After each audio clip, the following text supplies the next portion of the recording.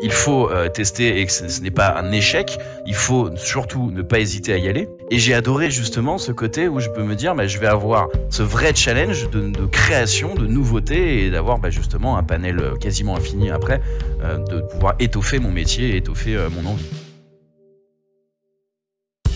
Bonjour et bienvenue à Pause Data, votre podcast intégralement dédié au monde de l'analyse de données. Je suis Martin Ly et sur l'émission d'aujourd'hui, comment deux collègues d'un centre de formation éditeur se lancent dans la création d'une nouvelle structure et offre et révolutionnent la formation data.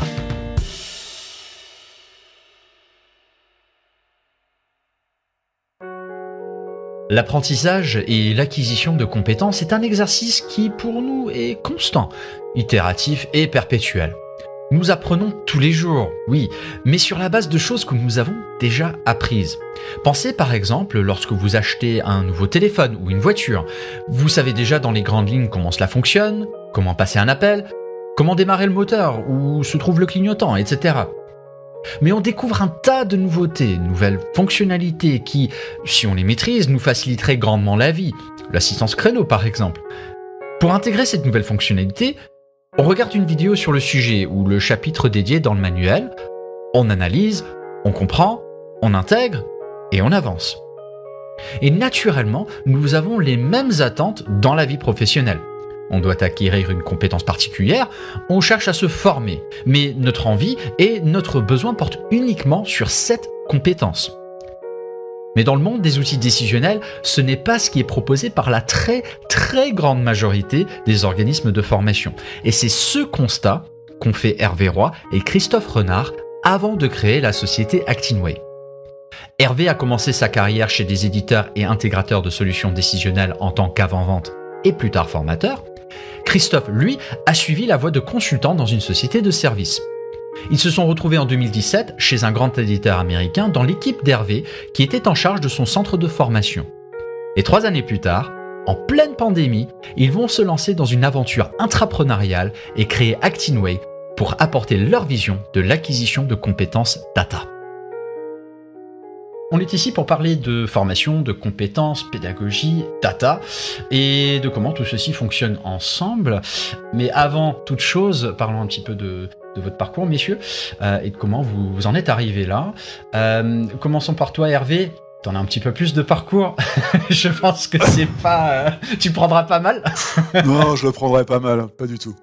Alors, dans le monde de la donnée, la première expérience, c'était au sein d'une société d'intégration de données, il y a quelques années de ça, donc effectivement, où j'ai travaillé plus sur des environnements, je dirais, de développement à l'époque. Le monde a bien changé aujourd'hui, on est toujours sur la partie développement, mais il y a plein d'autres thématiques qui sont arrivées, donc ma première expérience, c'était plutôt sur la partie développement. Donc après le développement, à un moment ou à un autre, tu t'es quand même propulsé dans le monde de la transmission du savoir. Quand est-ce que ça s'était arrivé ? Alors ça m'est arrivé de par différentes expériences. Avant Actinway, j'ai travaillé beaucoup dans le domaine du monde du logiciel, et dans le monde du logiciel, j'ai travaillé dans la partie après-vente. Et dans la partie après-vente, outre le développement, il y a bien sûr la partie consulting et bien évidemment la partie formation. Et j'ai évolué à différents postes. J'ai été consultant formateur, et au sein de mes expériences précédentes, eh bien, j'ai été amené à avoir des responsabilités d'organismes et de business unit autour de la formation.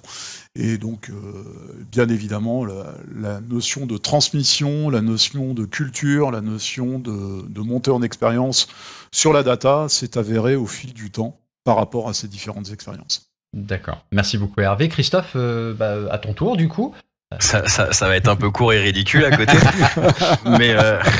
Mais allons-y. Du coup, moi j'ai eu la chance de faire des études qui étaient déjà tournées vers la donnée, notamment vers les systèmes d'information, au sens large du terme évidemment en sortie d'études, et j'ai tout de suite mis la main, et encore une fois j'ai eu de la chance parce que je suis arrivé sur un projet dans une grande société, mais à toute petite échelle, c'est-à-dire qu'on était comme une start-up au sein d'une grande société, Engie pour ne pas la nommer, et j'ai eu l'opportunité en fait de faire partie de ce projet qui nous a amené à travailler sur la BI de manière générale, sur toutes les données particulières d'Engie. Donc je vous laisse bien évidemment imaginer qu'est-ce que ça représente au sein de la France.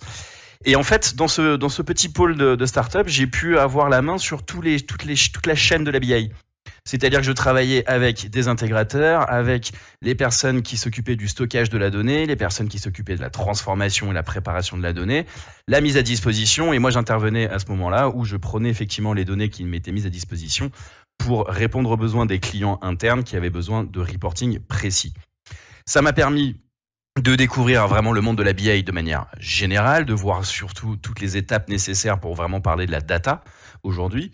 Et ça m'a permis surtout de découvrir aussi la formation, puisque j'avais, en plus des reportings que je fournissais à mes différents métiers, j'avais aussi la chance de pouvoir leur donner tout simplement des formations pour leur expliquer comment fonctionnaient les différents rapports et surtout comment fonctionnaient les différents logiciels qu'on utilisait pour leur permettre de monter en compétences.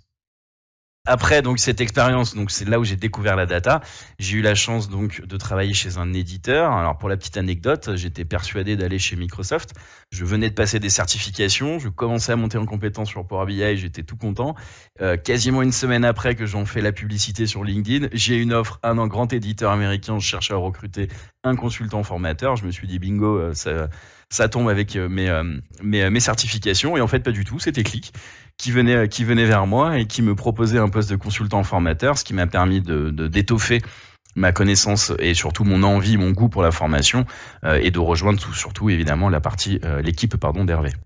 Bah justement, j'allais y venir. Hervé, tu as fait allusion à ton expérience chez un éditeur tout à l'heure, et Christophe vient de le dire, cette expérience était donc bien sûr chez Qlik, et tu as retrouvé ce cher Christophe dans tes équipes. C'est ça. Donc en fait, j'avais besoin d'étoffer mon équipe et je cherchais, je dirais, une personne qui avait le goût de la data, le goût de la transmission, qui était pédagogue, qui était, je dirais, beau parleur, voilà, qui arrivait à capter un auditoire, et dès les premiers entretiens, Christophe a répondu à l'ensemble de ces critères. Donc notre aventure a démarré chez Qlik il y a quelques années, et on la continue aujourd'hui. Tout à fait. Parlez un petit peu quand même de cette expérience chez Qlik et ce que vous avez construit là-bas, puisque vous avez carrément construit un organisme de formation, un centre de formation spécifique à l'offre Qlik en France, si j'ai bien compris. Alors, l'organisme existait déjà, mais on avait besoin d'insuffler des nouveaux éléments, des nouvelles demandes, et la venue de Christophe a permis de passer à une étape supplémentaire. D'autre part, ça a permis de mettre en œuvre et de dispenser, outre les cours standards, d'amorcer un cursus pédagogique avec de la customisation, de la personnalisation, à répondre à des demandes transverses, tout en étant bien évidemment sur le logiciel Qlik et sur les logiciels qui gravitaient autour de Qlik, mais on a pu de cette manière-là offrir une offre beaucoup plus large et sortir un petit peu des choses standards proposées par la Corp pour avoir cette personnalisation. C'était quoi le standard du coup, ou plutôt qu'est-ce qui différenciait du standard? Quel était le besoin qui te disait ok, il faut qu'on change les choses par rapport à notre marché ici? Tout simplement parce que le marché latin, notamment le marché français, sort un petit peu des cursus préétablis, préfabriqués, où il y a un contenu, il y a un cours, il y a une durée qu'il faut délivrer.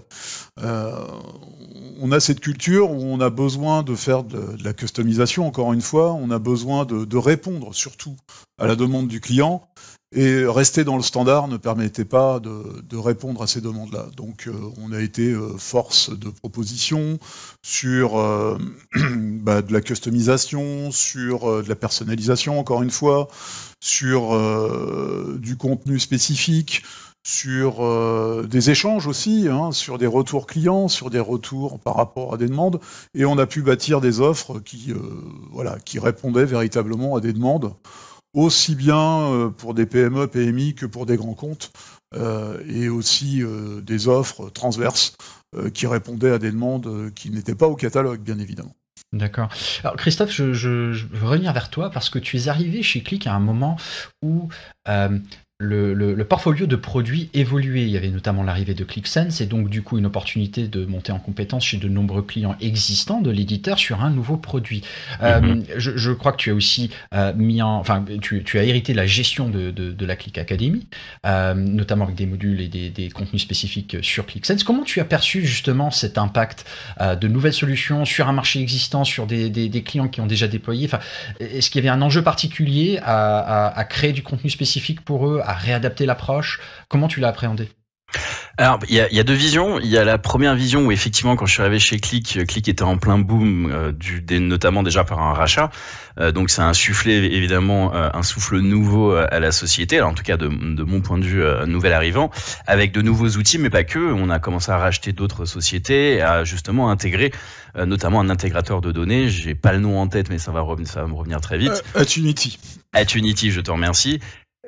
Qui nous a permis effectivement d'étoffer le catalogue et notamment tu parlais, donc c'est la deuxième vision de cette Click Academy. En fait, ça reprenait tout ce qu'a présenté Hervé lors de sa dernière réponse, notamment ce principe de customisation, d'intégration et sortir tout simplement un peu des sentiers battus qui étaient prévus avec les cours très standards, très classiques. Et cette Click Academy que j'ai prise en main effectivement m'a permis d'aller voir des clients et leur proposer directement voici du contenu personnalisé qu'on peut faire. Vous ne le trouverez nulle part ailleurs parce que ce n'est même pas entre guillemets encore officiel, même si on avait déjà quelques supports ou alors je suis allé chercher justement des formations en ligne que Click proposait et j'ai rassemblé un peu tout ça pour pouvoir en faire des cours et ça m'a permis vraiment de pouvoir toucher un public beaucoup plus large et d'avoir justement, comme tu le disais, une approche différente de simplement dire j'ai un cours 1, un cours 2 et maintenant il faut que je les délivre et je devais rester là-dedans et la seule personnalisation que je peux faire entre guillemets c'est customiser 1 et 2 en même temps. À vous entendre, j'ai vraiment l'impression que cette expérience a forgé un petit peu votre vision de ce que c'est que transmettre de la compétence et du savoir-faire, pour le coup, en matière d'exploitation de données, et de pédagogie, de méthodologie, etc. Enfin, comment vous décririez justement une approche de formation de la donnée aujourd'hui? C'est quoi la vôtre au final? Alors, je vais répondre en premier cette fois-ci, et je pense que la meilleure approche aujourd'hui pour avoir une pédagogie efficace, c'est plutôt que de délivrer un contenu prévu et bien cadré, hein, quelle que soit la qualité de ce contenu, c'est réussir dans un premier temps à comprendre le besoin de la personne qui est en face. Parce qu'on peut tous souscrire et acheter la même chose, on n'a pas tous les mêmes attentes par rapport à cette chose qu'on achète justement, et on n'a pas tous envie d'entendre surtout la même chose.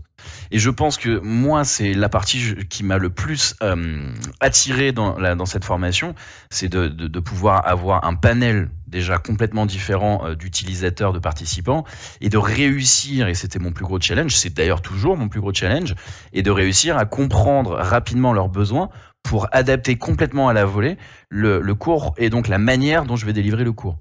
Donc ne pas hésiter à de temps en temps à réduire peut-être le contenu, faire plus d'exercices. À l'inverse, augmenter le contenu et moins d'exercices parce qu'ils étaient plus friands de théorie, ou carrément de partir sur un autre sujet, bien évidemment en lien avec leurs besoins, pour faire un petit cercle ailleurs et revenir et reconclure pour re-rentrer dans l'information en conservant tout simplement la satisfaction.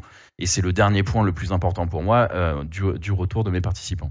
Bien sûr, donc c'est de l'individuel au final, au sein d'une démarche commune pour la satisfaction de l'individu et donc de l'organisation après. C'est ça. Hervé, tu veux peut-être réagir? Je pense que le plus important, même aujourd'hui et toujours, c'est être à l'écoute de la demande, je dirais, de son auditoire ou de la personne qui est demandeur de la formation. Donc c'est surtout ça. Après, bien sûr, des cours standards peuvent répondre, mais bien souvent, encore une fois, il faut s'adapter. Il faut s'adapter par rapport au contenu, il faut s'adapter par rapport à la demande.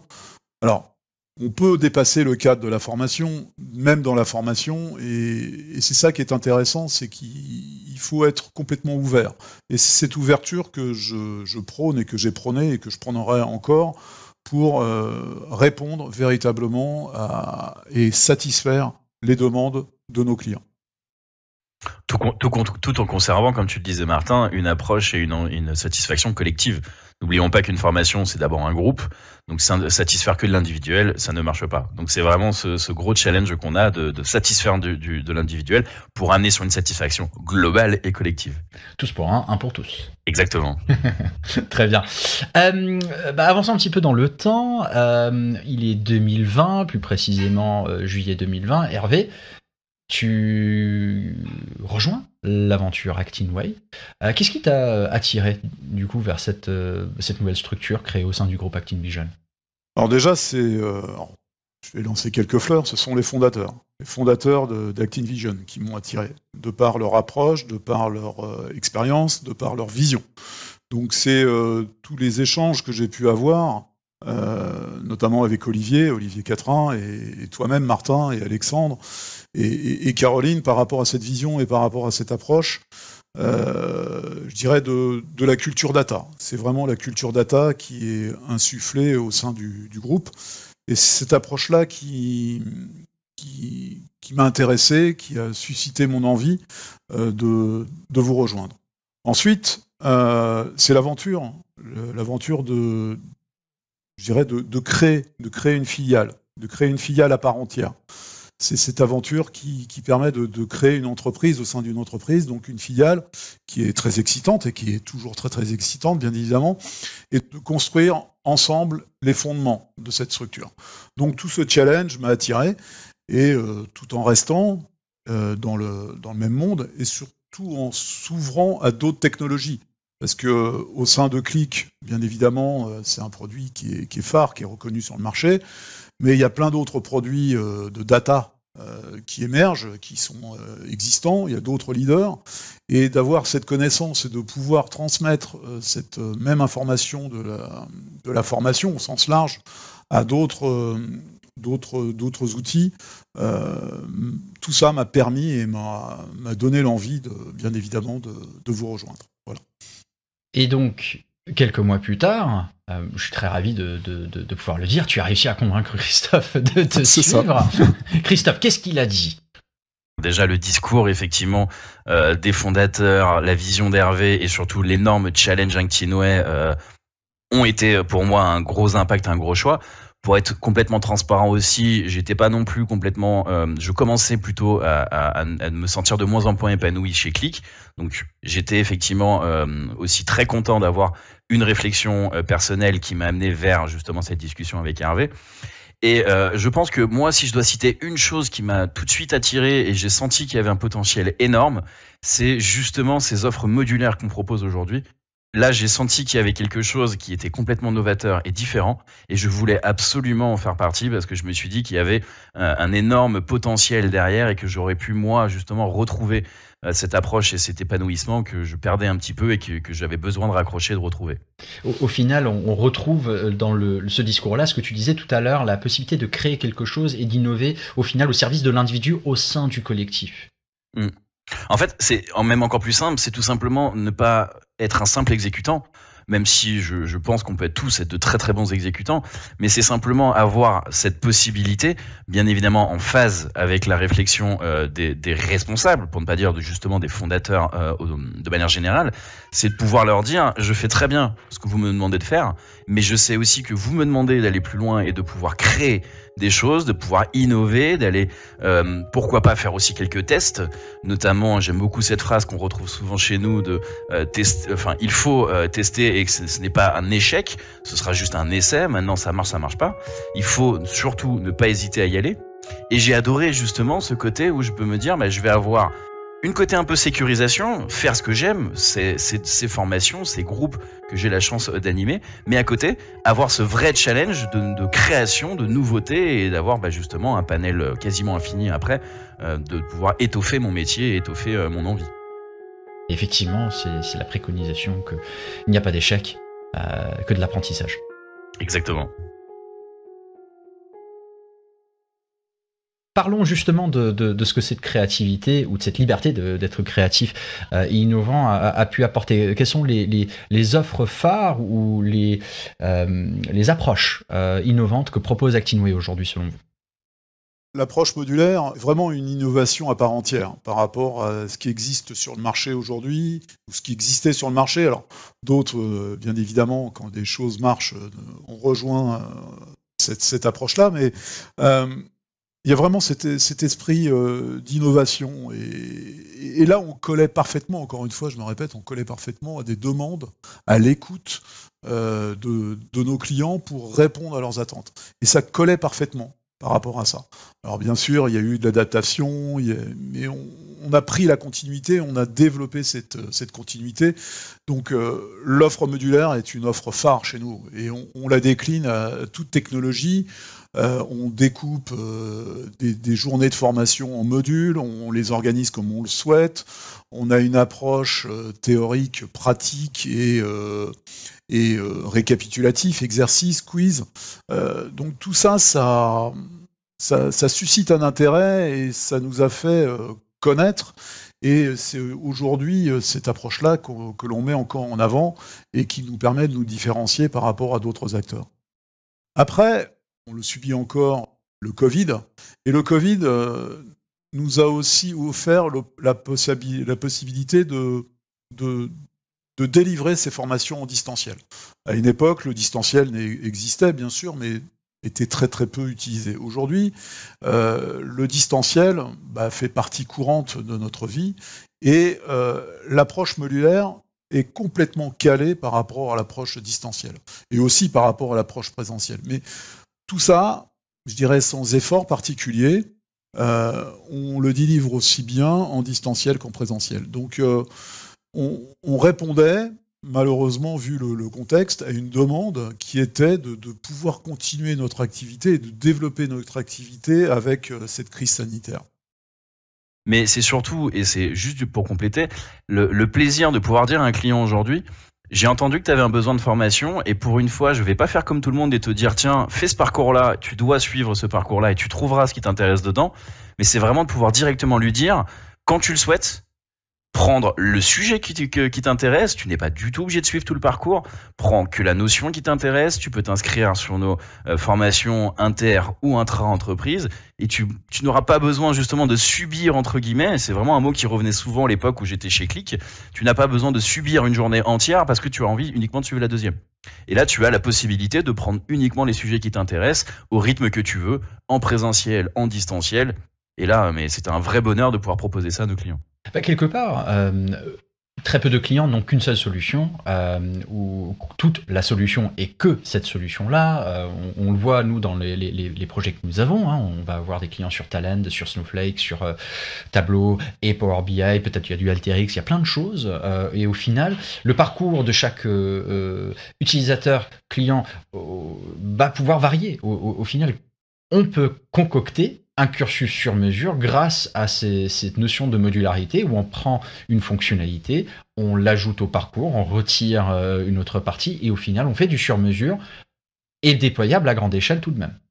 Tout à fait. Et en plus, on résout enfin une des problématiques qu'on entend tous, c'est j'ai pas le temps de suivre un parcours entier, j'aimerais commencer par ça, et je peux en plus faire, pourquoi pas, 2 modules tel jour, une semaine plus tard, je peux me reprendre 4 modules, encore une semaine plus tard, je peux en prendre d'autres.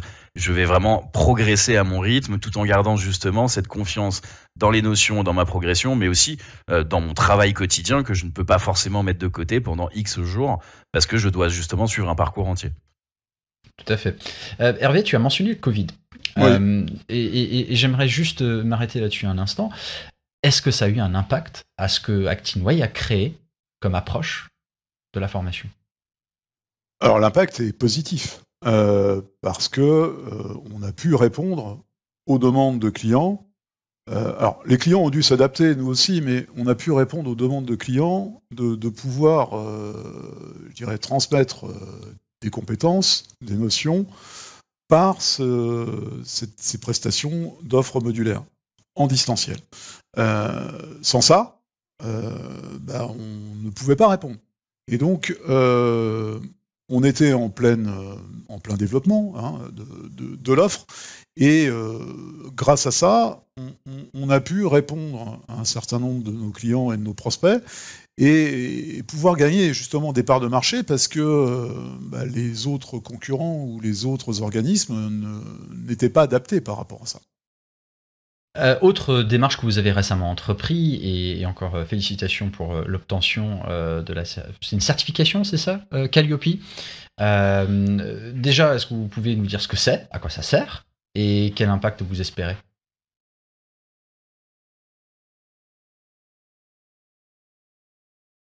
Alors effectivement, donc c'est bien une certification Calliope, et on va faire très simple, c'est une reconnaissance de l'État sur justement le domaine de la formation. Nous avons cette certification dans le domaine de l'action, de donner une action de formation. Donc ça permet d'avoir une vraie reconnaissance, je vous l'ai dit, de l'État, mais donc du coup de pouvoir garder cette reconnaissance aussi de nos clients pour pouvoir leur fournir et leur prouver que nous sommes un organisme de qualité, donc avec un suivi réel de l'État, fonctionnant avec des audits sur un certain nombre de critères très précis que nous devons respecter justement dans, encore une fois, la catégorie action de formation. Les critères évoluent évidemment en fonction des différentes sociétés et des besoins. Et donc du coup, ça nous permet aujourd'hui de pouvoir proposer toujours des prises en charge par des organismes donc financeurs, les fameux OPCO, qui sont tout à fait capables aujourd'hui de pouvoir dire, grâce à Calliope, je reconnais cette société et donc je peux certifier que je peux donc vous financer cette formation. Et évidemment, côté client, ça rassure énormément parce qu'ils savent que maintenant il y a un vrai suivi de l'État et que ce n'est pas comme entre guillemets avant où ça pouvait partir un peu dans tous les sens. Christophe a vraiment œuvré de façon très poussée dans cette certification Calliope. Tout ce qu'a dit Christophe est vrai, bien évidemment, mais ça a été un travail de restructuration. En fait, on avait tous les éléments, il fallait juste les restructurer et les mettre en œuvre pour répondre aux critères de cette certification. Si on prend un peu de recul, maintenant, on a bien parlé de la formation, de son enjeu, l'approche que vous avez, la pédagogie et se concentrer sur l'individu pour le bien du collectif, etc. Prenons un petit peu de recul sur le déploiement de ces solutions sur lesquelles vous êtes amené à former vos clients. Quel est le rôle de l'acquisition d'une compétence pour assurer le bon déploiement de ces outils? Quels sont les enjeux, selon vous, pour les clients de la compétence dans la culture data? Alors je pense que le peu de temps qui nous reste ne sera pas suffisant pour répondre à cette question. Essayons quand même. Vaste sujet quand même. Hein. Nous sommes d'accord. Mais vraiment, du point de vue de la compétence, essayons de qualifier ça en quelques phrases. Voilà la valeur ajoutée que vous y voyez. Moi je dirais déjà la première chose, et à compléter évidemment, c'est la transmission d'une compétence à un client, c'est déjà la reconnaissance après la formation d'un client qui nous dit j'ai pu œuvrer, reproduire, réutiliser les notions que j'ai vues, ce qui valide du coup les acquis, je les ai mises en forme, mais surtout, et c'est ce que je trouve très intéressant, j'ai pu les partager avec d'autres personnes. Soit donner envie, pourquoi pas, à d'autres personnes de venir faire la formation, mais surtout de capitaliser en interne et de permettre tout simplement à ces clients-là de continuer à développer leur savoir en justement en répliquant, cherchant et captant de nouvelles idées par la formation en point de départ et par les échanges qu'ils ont entre eux, bien sûr, par la suite. Je dirais que la compétence est un axe majeur. On cherche tous des compétences, toutes les sociétés cherchent des compétences et cherchent que les collaborateurs soient le plus compétents possible dans leur domaine d'activité. Et encore une fois, le fait de transmettre cette compétence et ensuite de pouvoir utiliser cette compétence par rapport à son quotidien, par rapport à ses usages métiers, à ses cas d'usage ou autres, est une reconnaissance pour nous. Quand on voit que nos clients, après, appliquent et mettent en œuvre tout ce que l'on a transmis par rapport à leur quotidien, c'est une marque de reconnaissance qui est très forte. J'entends reconnaissance à deux niveaux différents dans votre discours, mais je pense que c'est important de mettre l'accent sur la reconnaissance, puisque un collaborateur, un utilisateur d'une solution qui est reconnue pour sa compétence va être motivé pour la mettre en œuvre et motivé pour la partager. Je reviens à ce que tu disais, Christophe. Et la motivation est un élément clé pour l'engagement de la population autour de la culture data et de ces outils. Je ne sais pas si vous êtes en phase avec cette analyse-là. Non, si, tout à fait. Et en plus, ça permet bien souvent d'ailleurs de partager des points de vue et de voir des clients qui souvent vont nous dire en milieu, fin de formation, je n'imaginais pas du tout les choses comme ça. J'ai donc du coup maintenant envie de peut-être pas de recommencer à zéro évidemment, mais peut-être de réadapter ce que j'avais prévu de mettre en place, d'être en capacité de rechallenger une nouvelle fois les objectifs que nous avions avant formation, mais surtout dans nos projets de manière générale. Et n'oublions pas, et c'est pour ça que je pense que nous, on insiste beaucoup sur ce thème de reconnaissance, n'oublions pas que nos missions en tant que formateurs sont quand même très courtes, c'est-à-dire que on a quand même des groupes, et on a beaucoup de groupes, on a souvent, plutôt, des groupes qui vont s'enchaîner tout au long de nos journées. Et quand on a justement un retour qui nous dit j'ai directement appliqué, j'ai capitalisé, échangé, peut-être même repris certaines choses qui existaient pour pouvoir faire évoluer les mentalités, il y a rien de plus justement, j'allais dire presque glorifiant, même si c'est pas le bon mot évidemment, mais à notre niveau, moi c'est là où dès que je reçois ce genre de retour, ça me conforte tous les jours dans mon envie de faire ce métier, en me disant je sais que je suis au bon endroit. C'est gratifiant et emballant. C'est gratifiant et emballant, tout à fait. Oui, et je pense que l'ADN d'un consultant formateur, c'est non seulement transmettre, mais également d'être reconnu par rapport à la transmission du savoir. Et ça, c'est vraiment très très important. C'est très gratifiant et valorisant de savoir que, en fait, on rend service. C'est comme rendre un service. Donner une formation, c'est rendre un service par rapport à un besoin. Alors, on n'est pas dans le médical, on n'est pas dans, mais on rend service aux gens par rapport à leur quotidien. Et ça, c'est très valorisant et très gratifiant quand on a les retours après qui arrivent par rapport à ces informations. J'imagine qu'il y a un certain orgueil quand vous avez un retour d'une formation, non seulement les notes sont bonnes, mais surtout les commentaires. Ça fait toujours plaisir. C'est ça. C'est ce qui nous aide à mettre le premier pas le matin quand on se lève. Hein.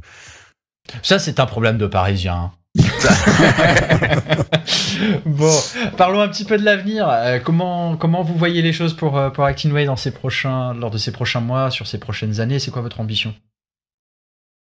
Alors l'ambition, elle est large. C'est déjà d'être dans la continuité. Alors bien évidemment, on diffuse, on forme sur un certain nombre de technologies par rapport à un certain nombre d'éditeurs dans la data. Et on le fait le mieux que l'on puisse, et avec les retours qu'on vient d'avoir. Je pense que notre ambition, c'est d'avoir une vision plus large, d'avoir une vision plus transverse, de continuer dans ce domaine-là. Notamment, on a d'autres offres sur les bonnes pratiques de modélisation, sur les bonnes pratiques de création de dashboard. Voilà, donc c'est vraiment de s'ouvrir sur des besoins qui sont transverses par rapport à l'ensemble des techniques que l'on a aujourd'hui et sur lesquelles on forme. Donc ça, c'est la première chose. Autre chose, c'est d'offrir une plateforme où on peut avoir un partage et on peut échanger par rapport à des contenus et des besoins de formation. Alors, on a notre offre modulaire, bien évidemment, mais t'en as parlé, Martin, c'est d'avoir une offre communautaire par rapport à ça, de pouvoir échanger sur des contenus, sur des prestations peut-être de high level, sur des choses peut-être plus simples, sur des enregistrements, sur des tips and tricks. Voilà, donc c'est vraiment d'offrir et de répondre à la demande de chacun. Je rajouterais éventuellement de pouvoir nous continuer à augmenter notre notoriété. De plus en plus de clients se disent satisfaits de nos formations. N'hésite pas à parler de nous en plus à d'autres clients, à d'autres collègues, d'autres amis. Et je pense que ça, c'est aussi un des axes que nous, on va pouvoir continuer, parce qu'on a déjà commencé à grandir, on a recruté, on étoffe notre équipe, et ça nous donne justement envie de continuer à grandir. Donc, dans toute la partie, évidemment, cursus, proposition, idées dont a parlé Hervé, mais aussi de grandir aussi la taille, tout simplement, de la société Actinway. Donc par l'innovation, par la créativité, plein de nouvelles offres pour pouvoir continuer à grandir et apporter ce message et cette approche au plus grand nombre. C'est ça. Et continuer à surprendre. Je pense que voilà, ça c'est une clé aussi de notre réussite. C'est continuer à surprendre nos clients qui ne s'attendaient pas justement à ce que nous on soit déjà prêts en début de pandémie, enfin en milieu même de pandémie, parce que je suis arrivé au milieu, pour dire mais on est capable de faire, d'avoir, je dirais même la même satisfaction qu'en présentiel, mais en distanciel, parce que nous avions déjà eu l'idée d'adapter, sans rapport avec la pandémie, on avait déjà eu l'idée d'adapter nos cours sur des approches qui pourraient satisfaire et correspondre justement aux besoins actuels. C'est une fierté pour vous justement d'être là où vous en êtes, ayant construit Actinway pendant la pandémie? Alors c'était pas simple. Ah, on s'est donné, hein. Oui, c'est une fierté. C'est une fierté d'avoir développé et de continuer à développer Actinway, parce que c'était pas évident. On était dans une phase où tout le monde s'interrogeait, où se posait des questions, où il y avait une psychose. Mais bon, voilà, il faut pas se laisser abattre, il faut continuer, et puis c'est un engagement. Donc oui, c'est réellement une fierté. C'était Christophe Renard et Hervé Roy de Actinway sur cette émission de Pause Data. Depuis la création de la société sur l'été 2020, Actinway a formé plusieurs centaines de personnes dans plus de 60 organisations en France et à l'international, avec des objectifs ambitieux pour l'année à venir. On espère que cette émission vous a plu. Merci à Joe Moran pour sa contribution musicale et à Thomas Bombanger pour la post-production. Retrouvez-nous pour notre prochaine émission où nous parlerons de management et data, les indicateurs et le leadership. Je suis Martin Ly, prenez soin de vous et à bientôt.